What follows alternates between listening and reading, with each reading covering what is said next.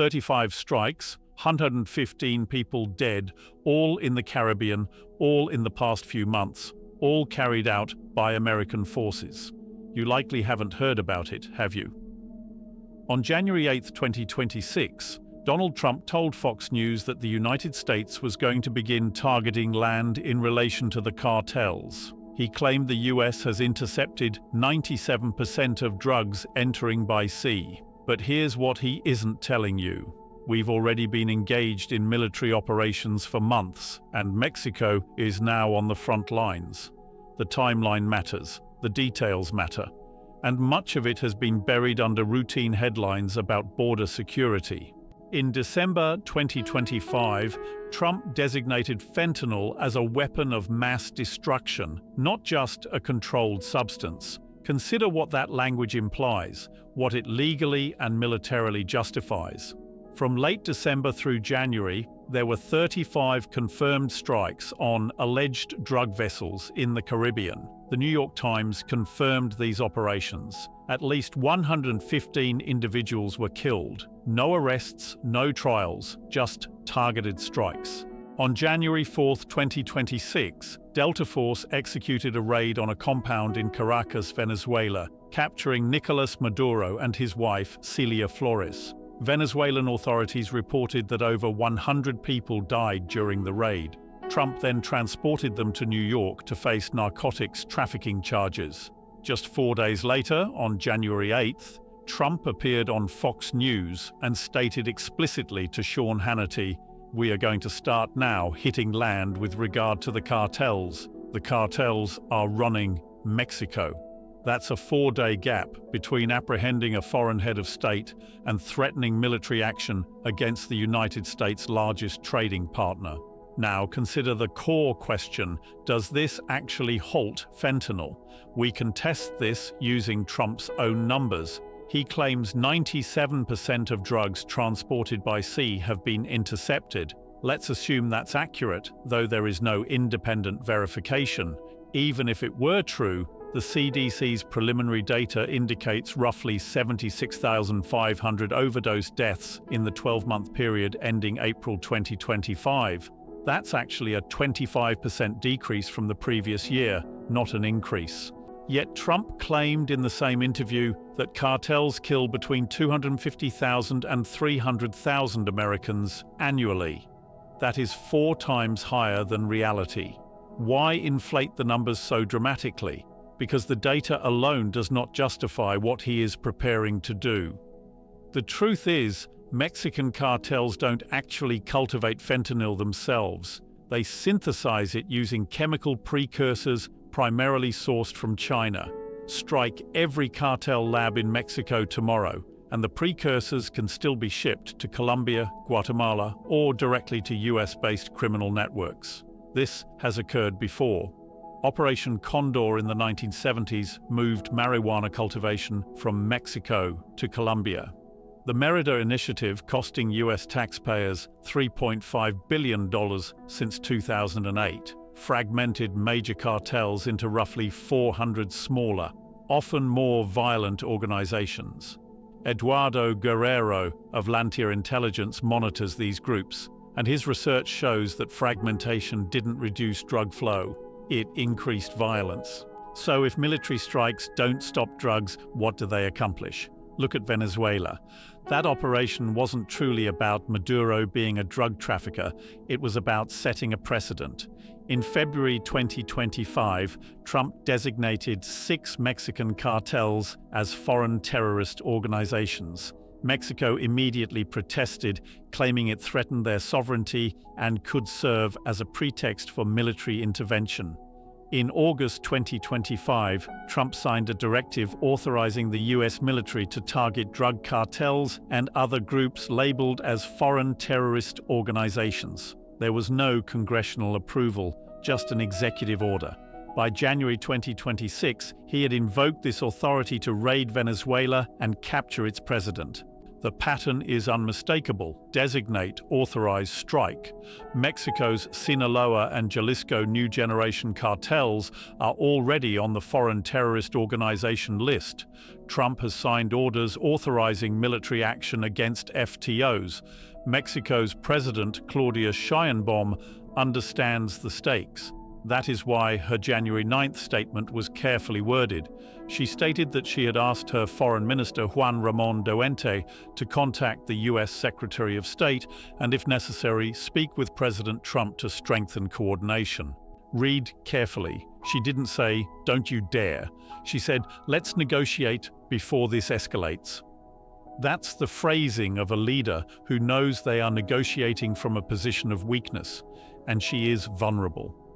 Mexico is America's largest trading partner, larger than China or Canada now. This relationship, worth hundreds of billions of dollars, makes Mexico highly sensitive to U.S. pressure.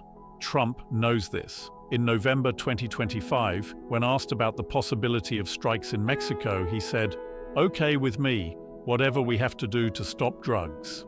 Sheinbaum pushed back, insisting that no U.S. military action could occur without her consent. Trump, in January, framed her caution as fear, incompetence, and weakness. He described the situation as psychological warfare.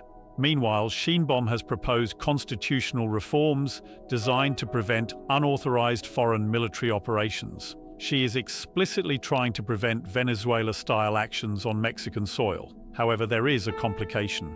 In December 2025, Trump designated fentanyl as a weapon of mass destruction. Under that classification, he can argue that cartel production is equivalent to manufacturing chemical weapons. Under international law, WMD proliferation can justify preemptive military action even without United Nations approval. The parallel to Iraq is evident. Reclassify a threat, declare imminent danger, strike preemptively. But Mexico is not Iraq. It shares a 1,954-mile border with the United States and is deeply integrated into U.S. supply chains for automobiles, agriculture, and other industries. Any intervention on Mexican soil wouldn't be a distant war. It would occur right on the U.S. doorstep. The question becomes, why risk that? Consider what Fox News isn't highlighting. The administration captured a head of state, killed over 100 individuals, and faced minimal pushback. Even the Republican-led Senate's resolution to block further action in Venezuela is mostly symbolic and unlikely to pass the House, and Trump is unlikely to sign it. He is testing limits, determining how far military action in Latin America can go without congressional oversight, UN approval, or adherence to international law. The pattern is unmistakable. Venezuela, Cuba, threats to Colombia, even Greenland have been mentioned. And now Mexico is in the crosshairs. This isn't primarily about drugs. It's about establishing US military dominance in the Western Hemisphere without democratic constraints. Hitting land means deploying troops inside Mexican territory. It means potentially thousands of US forces operating within a nation of 128 million people. It means turning the world's 15th largest economy into an active conflict zone. The Sinaloa and Jalisco New Generation cartels are not clandestine cells hiding in caves. They control extensive territories, are embedded in local economies, and employ hundreds of thousands of people directly or indirectly. Last year, cartel-related violence in Mexico killed over 30,000 people. That is already a war zone. Any US intervention would add fuel to an already raging fire. And here is the terrifying part. Mexico has little ability to stop such an intervention militarily. The Mexican armed forces number approximately 277,000 active personnel, while the United States maintains 1.3 million active duty troops with unparalleled technology and firepower. Sheinbaum's only leverage is economic, but Trump has demonstrated he is willing to jeopardize economic relationships to make a point. So, what would hitting land look like in practice? Consider the first scenario: limited strikes. Trump authorizes drone attacks on specific cartel labs, warehouses, or leadership compounds. This is the so-called surgical strike approach. Yet the challenges are immense. The cartels aren't isolated from civilian populations. They operate in major cities like Culiacan, Guadalajara, Tijuana.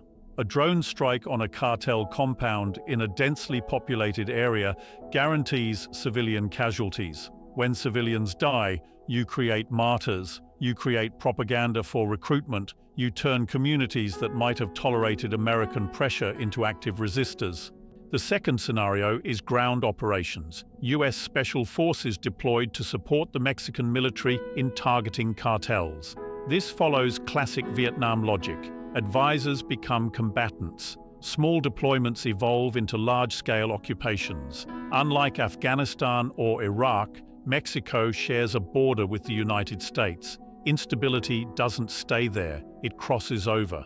Eduardo Galvo, a Brazilian professor of international relations, told Coro Brazilians that any US intervention in Mexico would have direct consequences for American territory. He was being diplomatic. What he actually means is millions of refugees fleeing north to escape violence. Think the border is a crisis now?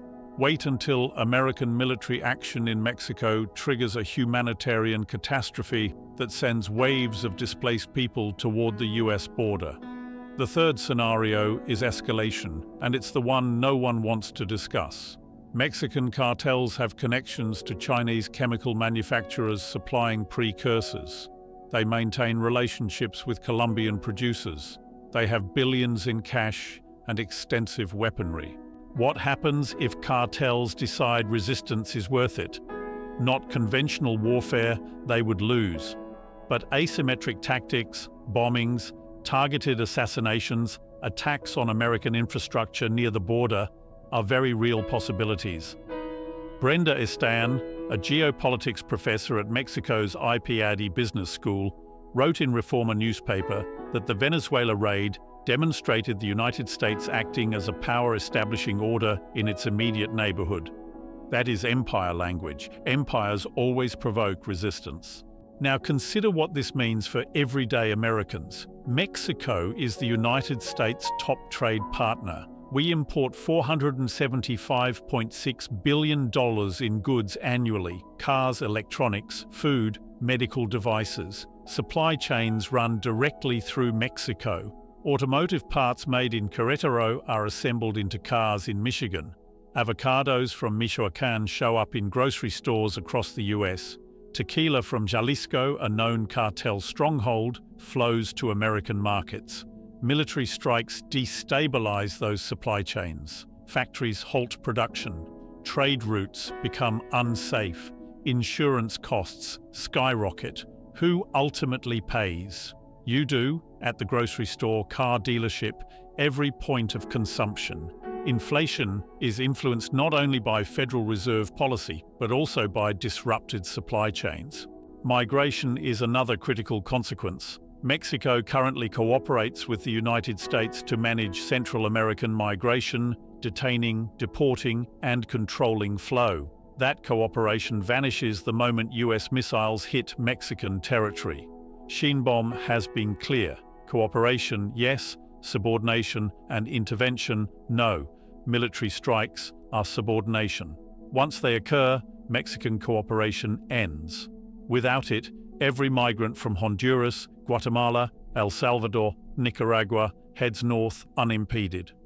The irony is brutal. The administration claiming to secure the border is about to trigger a migration crisis that makes 2024's issues look minor. Here's what you need to watch for. Trump has already established the pattern.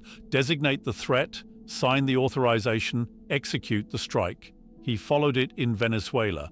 Now Mexico is next. The legal framework exists. FTO designations, WMD classification, executive orders authorizing force. Sheinbaum is negotiating, but her leverage is limited. Mexico's economy is too intertwined with the US to credibly threaten decoupling. Military resistance is not feasible.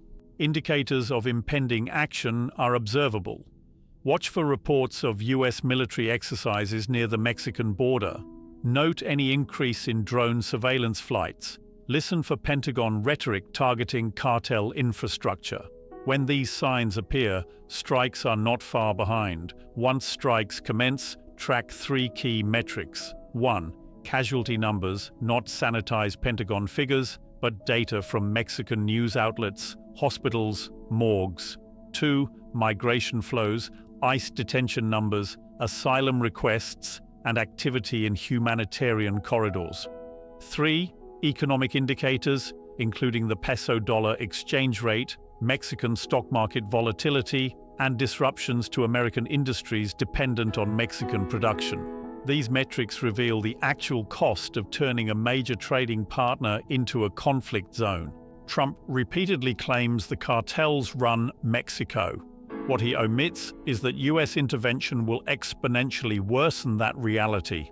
Fragmented cartels, civilian casualties, economic chaos, and a refugee crisis, all justified under a drug war that has never met its goals in over 50 years. 115 people have already died in the Caribbean. Maduro is in US custody, and this is only the groundwork for something far larger. At this point, the question isn't if military action happens. It is when, and when it does, remember they told you it was about fentanyl. It never was.